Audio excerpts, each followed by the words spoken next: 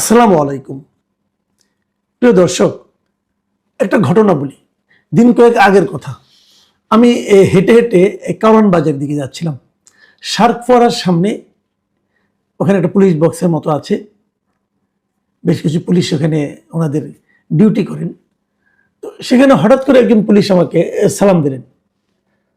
তো সালামটা পেয়ে আমি একটু কথা বলার সুযোগ পেলাম আর কি।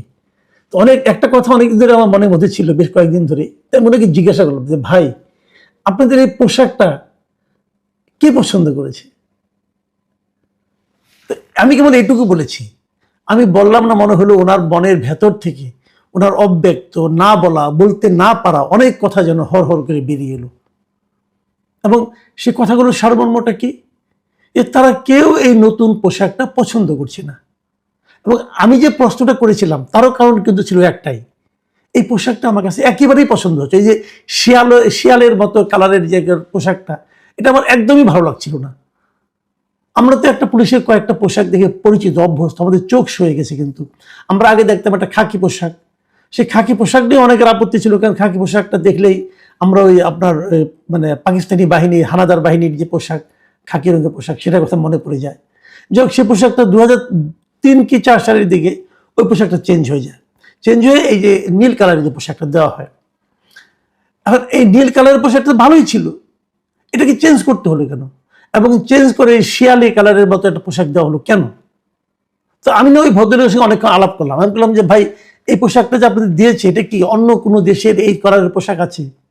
উনি আমাকে জানালেন, আমি সত্য মিথ্যা জানি, উনি জানালেন যে থাইল্যান্ডের পুলিশের নাকি এই কালারের পোশাক আছে। এবং সেই সঙ্গে উনি এটাও বললেন, দেখেন, থাইল্যান্ডের মানুষের কিন্তু মোটামুটি 90% মানুষ কিন্তু গায়ের রং ফর্সা, এবং ফর্সা হলে এই পোশাকটা মোটামুটি তাও চলে যায়। কিন্তু আমরা যারা শ্যাম বর্ণের আছি, শ্যামলা রঙের আছি, আমাদের জন্য এটা একেবারে ভালো মানায় না। মানে তারপর আমি ইন্টেনশনালি আরো কয়েকজন পুলিশের সঙ্গে কথা বলেছি। আমি এ পর্যন্ত একজন পুলিশ কর্মকর্তা পাইনি যারা এই পোশাকটাকে পছন্দ করেছে, যারা বলেছে যে নতুন এই পোশাকটা তাদের খুব ভালো লাগছে, এই রংটা তাদের খুব ভালো লাগছে। এখন কেন ভালো লাগছে না, এরও কিছু কারণ আছে। কিন্তু কারণগুলো এরকম, আপনি দেখবেন বিভিন্ন বাসা বাড়িতে ইদানিং নানা রকম গার্ড থাকে, মানে নিরাপত্তা প্রহরী থাকেন, এবং বিভিন্ন অফিসে এরকম কিছু নিরাপত্তা প্রহরী থাকে। তাদের অনেকেরই এই ধরনের একটা কালারের পোশাক থাকে। কাজে অনেক সময় হয়তো তড়িঘড়ি করে তাড়াহুড়োর মধ্যে ঠিক বোঝা যায় না, পার্থক্য করা যায় না। আর পুলিশের ওই পোশাকটা তো অনেক দিন ধরে চলে আসছিল, মানুষ ওটাতে অভ্যস্ত হয়ে গেছে, এবং ওতে কোনো মন্দও তো নাই। এই পোশাকটা চেঞ্জ হলো কেন? এত বড় বাহিনী এতগুলো পোশাক চেঞ্জ হলো কেন? কারণটা কি? এই কারণটা আর কিছুই না। এটা হলো অন্তর্বর্তীকালীন সরকার যেটা ছিল, যেটা আমি যাকে মোটামুটি একটা তগলখি সরকার বলি, সেই সরকারের একটা তগলখি সিদ্ধান্ত ছিল যে পোশাক চেঞ্জ করতে হবে। এবং তখন আমরা দেখেছিলাম র্যাব, আনসার এবং পুলিশ, এই 3 বাহিনীর পোশাক করা হয়েছিল।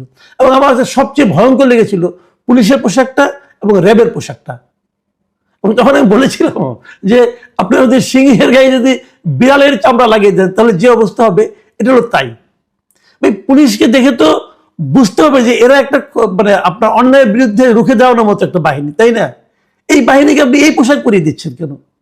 পোশাক কিন্তু মানুষের মধ্যে একটা প্রভাব বিস্তার করে, সাধারণ মানুষের মধ্যে একটা প্রভাব বিস্তার করে।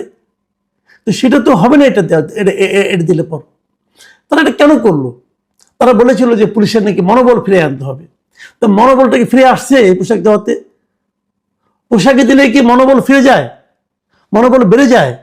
হ্যাঁ, মনোবল পাল্টে যায়। কিন্তু আপনার পোশাকে আপনার মানে আপনার ব্যক্তিত্ব, আপনার পার্সোনালিটি বলেন, আপনার নিজস্ব সাহস, মনোবল, এগুলি কিন্তু চেঞ্জ হয়, একদম হয় না তা না, হয়। এবং সেই চেঞ্জটা কি এই পোশাকে? আমার মনে হয় সেই চেঞ্জটা হবে নেতিবাচক পরিবর্তন হবে। আগে যে আত্মবিশ্বাস নিজের ভূমিকা রাখতে পারত, এই পোশাক পরলে ততটুকু পারবে বলে আমার কাছে মনে হয় না, বরং কমে যাবে, কোনো সন্দেহ নাই। তার মানে অন্তর্বর্তীকালীন সরকারের যারা এই সিদ্ধান্তগুলি নিয়েছিল, তাদের মূল লক্ষ্যই ছিল যে পুলিশের মনোবলকে কমিয়ে দাও, নানাভাবে কমিয়ে দাও। ওই যে তার ওই ওসির সামনে যে ইন্টারমিডিয়েট পড়া এক ছেলে অথবা ফার্স্ট ইয়ারে পড়া এক ছেলে পায়ের উপরে পা তুলে বলবে যে আমার কথা শুনতে হবে, যে বলবে যে আপনি আমার কথা না শুনলে মনে রাখবেন অমুক জায়গায় আমি এসআইকে আগুন দিয়ে পুড়িয়ে দিয়েছিলাম, অমুক থানা পুড়িয়ে দিয়েছিলাম, পুলিশ কাছুমাছু হয়ে শুনবে সেগুলো। যারা বাহাদুরি দেখাতে যাবে তাদেরকে আপনি ক্লোজ করে নিয়ে যাবেন, অথবা যদি তারপরে যদি গ্রেফতার হয় মধ্যরাতে কোর্ট বসিয়ে তাকে জামিন দিয়ে দিবেন। এগুলো দিয়ে মনোবল কমানোর যে একটা প্রক্রিয়া, সেই প্রক্রিয়াকে আরো বেশি স্থায়ী রূপ দেওয়ার জন্য এই পোশাকগুলি চেঞ্জ করা হয়েছিল। এটা হলো আমার বিবেচনা। আজকে দেখলাম পুলিশের একটা অ্যাসোসিয়েশন, যে পুলিশ সার্ভিস অ্যাসোসিয়েশন, তারা একটা অফিসিয়ালি একটা বিবৃতিও দিয়েছে। সোমবার রাতে তারা বিবৃতি দিয়েছে এবং সেখানে তারা বলেছে যে এই পোশাকটা নির্বাচন নাকি করা হয়েছিল সম্পূর্ণ রকম মতামত না নিয়েই। তাদের ভাষায় তারা, আমি একটু পড়ে শোনাই তারা কি বলেছে। তারা বলেছে যে সাবেক অন্তর্বর্তী সরকার পুলিশ সদস্যদের গায়ের রং, আবহাওয়া এবং তাদের মতামত উপেক্ষা করেই কোনরূপ জনমত যাচাই ছাড়া পোশাক নির্বাচন করে। একদম মানে তারা কিন্তু স্পষ্ট করে বলে দিচ্ছে। এবং তারা এখানে এই কথাও বলেছে, অন্য যেসব সংস্থা ইউনিফর্ম পরে থাকে তাদের সঙ্গে নতুন পোশাকের হুবহু সাদৃশ্য রয়েছে, এতে পুলিশ সদস্যদের চিহ্নিত করা কঠিন হয়ে পড়েছে। এখন অন্য যেসব সংস্থা মানে ওই যে বললাম বিভিন্ন বাসার বিভিন্ন অফিসের যে গার্ড, তাদের সঙ্গে এটা মানে মিলে গেছে এই পোশাকের রং। এটা কেন, অথবা এটা করতে হবে কেন? এই যে কেন কথাটা বললাম, এখানে হলো মূল ঘটনাটা। মূল ঘটনাটা হলো এই পোশাক চেঞ্জ করলে, ভাবেন তো সারা দেশের এত হাজার হাজার পুলিশের পোশাক যদি চেঞ্জ করার দায়িত্ব দেওয়া হয় কাউকে, যে ঠিকাদাররা দায়িত্বটা পাবে, তাদের কি পরিমাণ প্রফিট হবে ভেবেছেন একবার? খোঁজ দিয়ে দেখেন কারা এগুলি করেছে, সমাধান পেয়ে যাবেন, উত্তর পেয়ে যাবেন। এটা কেন করতে হবে? মানে পুরো দেশের নিরাপত্তা বাহিনীর মনোবলকে, মেরুদণ্ডকে ভেঙে দেওয়ার জন্য এই সরকার, আগের সরকার, এই অন্তর্বর্তীকালীন সরকার 18টা মাস ধরে যে চেষ্টা চালিয়ে গেছে, তারই সবচেয়ে বড় প্রকাশ হলো এই পোশাক চেঞ্জ করা। এবং এত টাকা খরচ, এই পোশাক ধরেন আগের সেট সব বাতিল, নতুন করে এক সেট পোশাক আনতে হবে, আনার পর এটা খরচ আছে না, এই খরচটা আপনি কেন করবেন? কতগুলো অপচয়, আগের পোশাক যেগুলি ছিল সেগুলো তো অপচয় হয়ে গেল। আর এই নতুন খরচটা আপনি অন্য কিছু করতে পারতেন। পুলিশের যে ভবনগুলো, থানাগুলি আছে, সেগুলো চেহারা চেঞ্জ করতে পারতেন। তো এগুলি কেন? আমি আগেও বহুবার বলেছি যে পুলিশের মনোবল যেটা ভেঙেছে সেটা আর কিছু না। পুলিশকে আপনি স্বাধীনভাবে সিদ্ধান্ত নিতে দেন, পুলিশের মনোবল বেড়ে যাবে।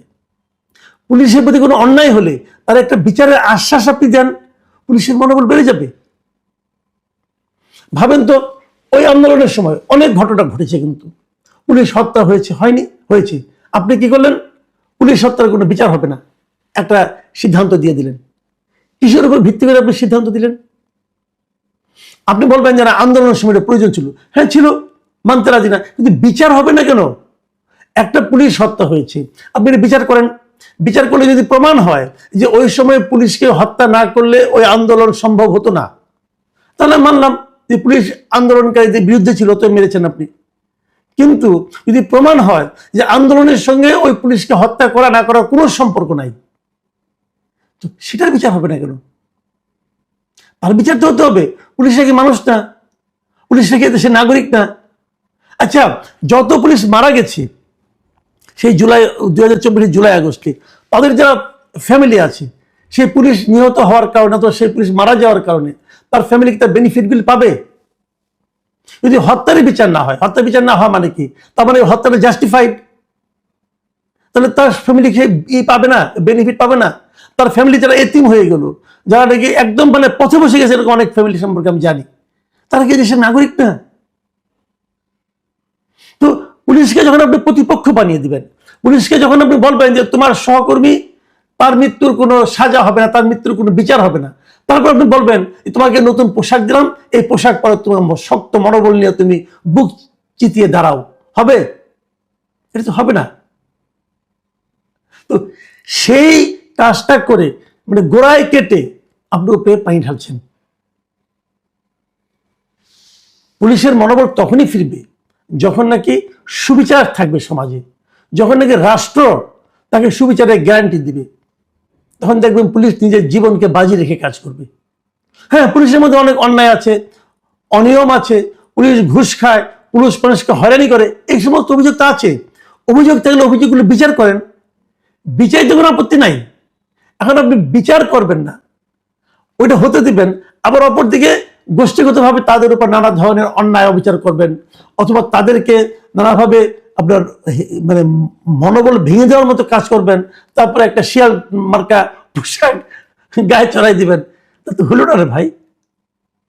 আমি মনে করি এই সমস্ত বিষয়গুলো নিয়ে চিন্তা ভাবনা করা দরকার। নতুন সরকার এসেছে, গণতান্ত্রিক সরকার এসেছে, আমি মনে করব এটা কিন্তু একটা ভয়ঙ্কর সমস্যা দিয়ে কিন্তু অগ্রসর হচ্ছে। আপনারা এখনো সময় আছে, এটাকে থামান। পুলিশের কাছ থেকে মতামত নেন, মতামত নেওয়া তো 2 দিনের মামলা, জিজ্ঞাসা করেন 2 দিনের মধ্যে আপনারা কোন ধরনের পোশাক চান, তাদের মতামত নিয়ে পোশাক চেঞ্জ করেন। তাহলে পুলিশের সমর্থনটা আপনারা পাবেন, পুলিশের মনোবল তখন চাঙ্গা হবে, পুলিশ তখন ভাবতে শিখবে, হ্যাঁ আমাদের সময় আমাদের বিষয়ে কোনো সিদ্ধান্ত আমাদের মতামত নিয়ে করা হচ্ছে, এটা জরুরি। প্রিয় দর্শক, এখন এ পর্যন্তই।